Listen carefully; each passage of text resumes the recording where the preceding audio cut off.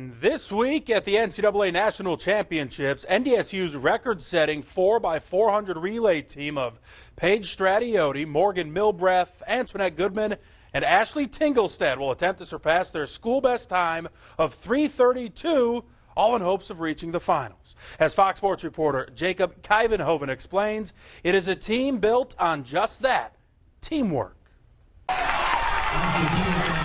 Track and field is usually seen as an individual sport where playing well with others isn't that important.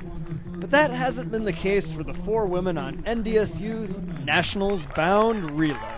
Things just click and they work, and then us, we know how good we could be, and I think that we all have the same goal.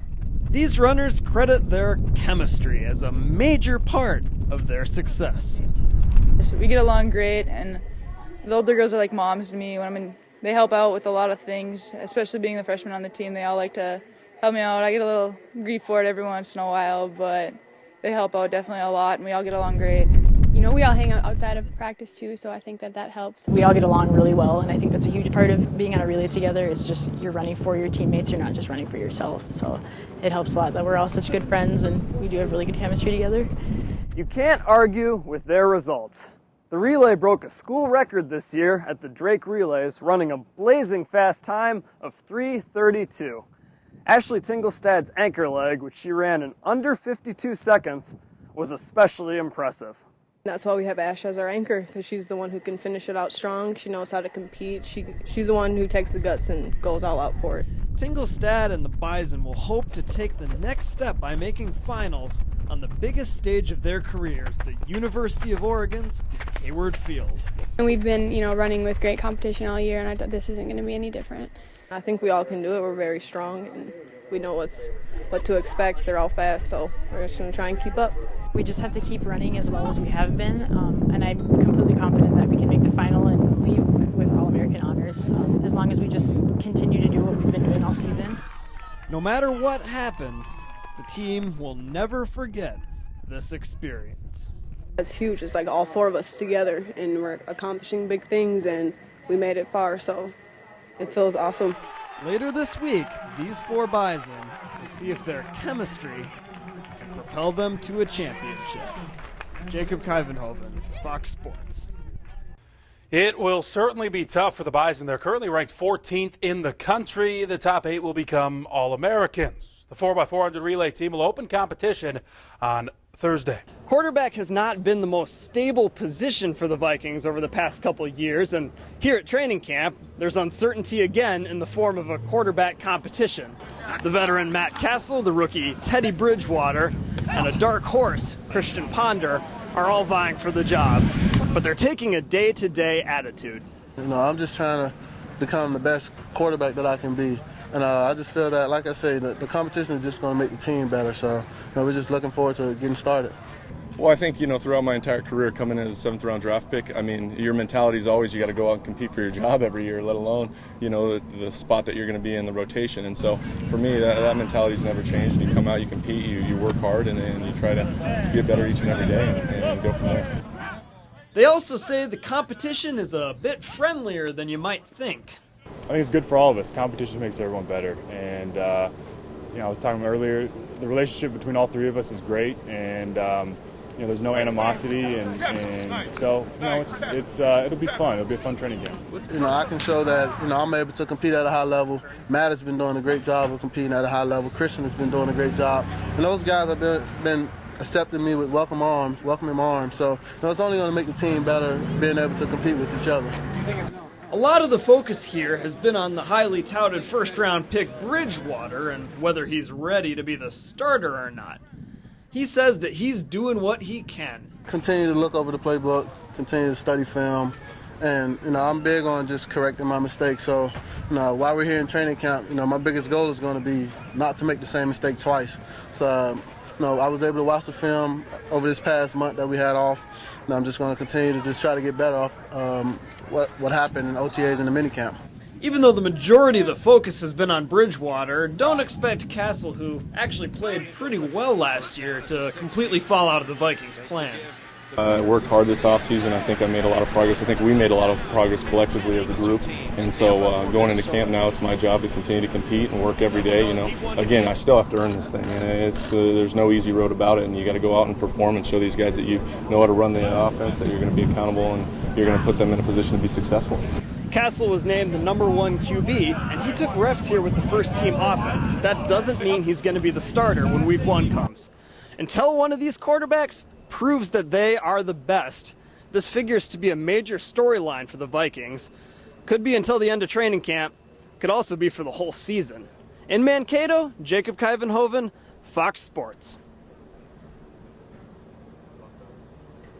It has been an offseason of change for the Vikings, with a new coach, a new scheme, and a whole lot of new players. And the defensive line is no exception, losing all-pros Jared Allen and Kevin Williams. The players, however, are confident that they're reloading. They're not rebuilding. Even going through these meetings, it's a lot different, but I think it'll be good for us. I think they brought in a lot of guys that can help us on our defensive line and really add some depth. And give us that opportunity to get to the quarterback like we've been doing here, but really have a rotation where there's not going to be much of a drop off. One of these new guys is Linval Joseph, who was a key part of the New York Giants' Super Bowl run from 3 years ago. I visited here 4 years ago, and I had a good feeling about this team then, but it didn't happen. And I'm glad for the opportunity to be here now. The linemen will work with the new head coach Mike Zimmer and defensive coordinator George Edwards, who both have impressive track records of NFL success. I'm very excited. Anytime you talk to these guys, you get really excited because they have so much passion and everything about what they're doing. And just the way they coach, the way they talk about football, it really gets you excited about what could be to come. But like the rest of the team, all that they can do right now is keep training. We know what time it is, and it's time to get out here and work hard, and that's what he stressed to us, is that, we're going to come out here, we're going to work hard, we're going to outrun, out-hit, and outwork everyone. The vibes here at camp are good, but only time will tell if the results can live up to the expectations. In Mankato, Jacob Kuyvenhoven, Fox Sports.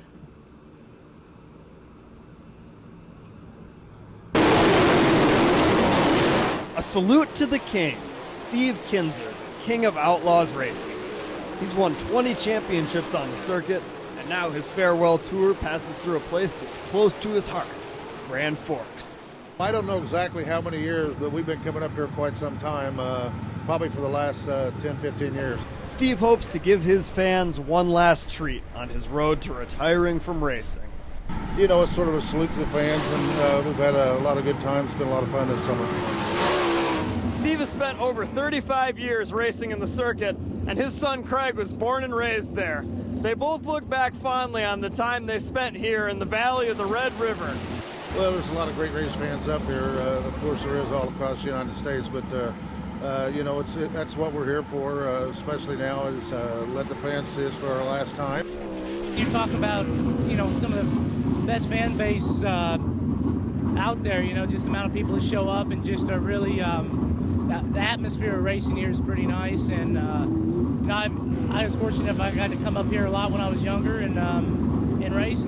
This farewell tour is important to Craig, too, as he watches his dad ride off into the sunset.